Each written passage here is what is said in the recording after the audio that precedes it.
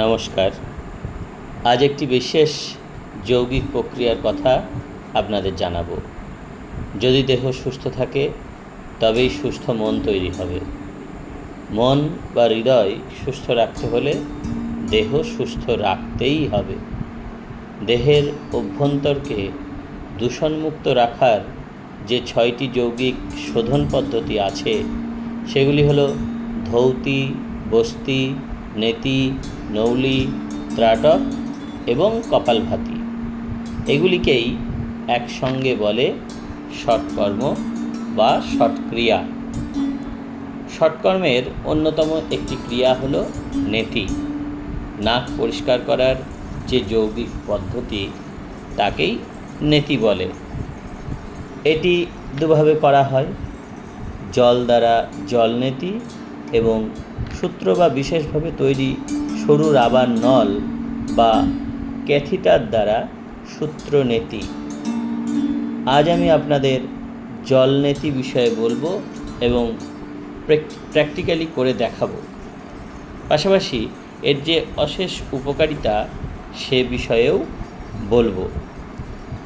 নেতিক্রিয়ায় কণ্ঠ ও ললাট প্রদেশ পরিষ্কার হয়, রোগ বিষ মুক্ত হয়।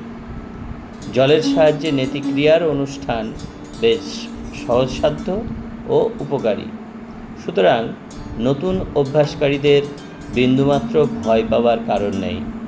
নিষ্ঠা ভরে অভ্যাস করলেই প্রক্রিয়াটি আয়ত্ত হবে এবং উপকার মিলবে।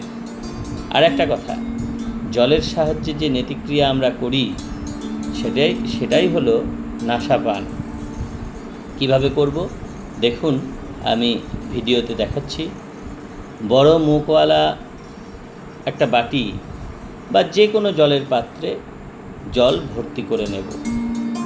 তারপর ওই জলপাত্রটি মুখের কাছে এনে জলের মধ্যে মুখ ও 2 নাক ডুবিয়ে দেব। দেখুন আমি যেভাবে ভিডিওতে করছি। শ্বাস প্রশ্বাস বন্ধ থাকবে। তারপর মুখ বন্ধ করে জলে নাক ডুবিয়ে রাখা অবস্থায় ধীরে ধীরে শ্বাস টানার মতো করে জল টানার চেষ্টা করব। যতদিন জল টানার সঠিক পদ্ধতি আয়ত্ত না হয় ততদিন জল টানার সময় নাক একটু জ্বালা করবে এবং হাঁচি আসতেও পারে। এতে ঘাবড়াবার কোনো কারণ নেই, চেষ্টা চালিয়ে যেতে হবে। জল টানার কৌশল আয়ত্ত হয়ে গেলে আর কোনোরূপ সমস্যা হবে না। এটি ভালো অভ্যস্ত হলে আমরা মুখ দিয়ে যেভাবে সহজে জল পান করি তেমনই নাক দিয়েও সহজভাবে জল পান করতে পারবো। প্রতিদিন হাফ লিটার বা 1 লিটার জল আমরা নাক দিয়ে পান করতে পারি। নাক দিয়ে যে জলটি পান করছি সেটা ইচ্ছা হলে খেতেও পারি অথবা মুখ দিয়ে বাইরে ফেলে দিতেও পারি। এই ক্রিয়াটি ধৈর্য সহকারে 2-4 মাস অভ্যাস করলে ভালোভাবে আয়ত্ত হয়ে যাবে। নাক দ্বারা জলপান পদ্ধতিটি যখন সহজসাধ্য হবে তখন দ্বিতীয় ধাপে মুখ দিয়ে জল গ্রহণ করে নাক দ্বারা বাহির করার অভ্যাসটা আয়ত্ত করার চেষ্টা করব। দেখুন আমি এখন দেখাচ্ছি ভিডিওতে। এক্ষেত্রে মুখ ভর্তি জল নিয়ে সামনের দিকে সামান্য ঝুঁকে দাঁড়িয়ে বা বসে জলটি নাক দ্বারা বের করার চেষ্টা করব।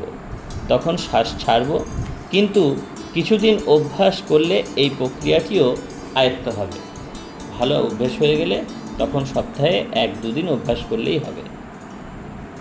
এর উপকারিতা, ঠান্ডা বা সর্দির কারণে নাক বন্ধ থাকলে স্বাভাবিক শ্বাস প্রশ্বাসে ব্যাঘাত হয়। তখন বাধ্য হয়ে মুখ দিয়ে শ্বাস গ্রহণ করতে হয়, যেটি শরীরের পক্ষে অত্যন্ত ক্ষতিকর। এতে ফুসফুসে ঠান্ডা লেগে শ্লেষ্মাজনিত বিভিন্ন রোগ সৃষ্টি হয়। নাসাপানের অভ্যাসে এই সমস্যা দূর হয়।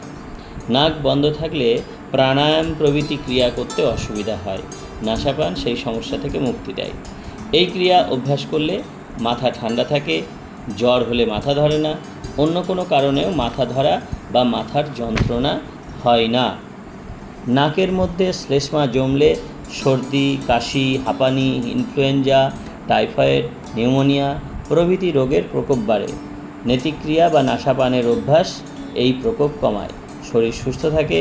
এই ক্রিয়াটি নিজে নিজে অভ্যেস করতে অসুবিধা যদি হয় তাহলে অভিজ্ঞ কারোর সঙ্গে প্রত্যক্ষ শিখে নেওয়া ভালো। আরেকটা কথা, নেশাপানে অভ্যাসের উপযুক্ত সময় সকালবেলা খালি পেটে। ভিডিওটি যদি ভালো লাগে তাহলে কমেন্ট করে জানাবেন। সকলে ভালো থাকবেন, সুস্থ থাকবেন এই আশা রাখব। পরবর্তী ভিডিওতে আবার দেখা।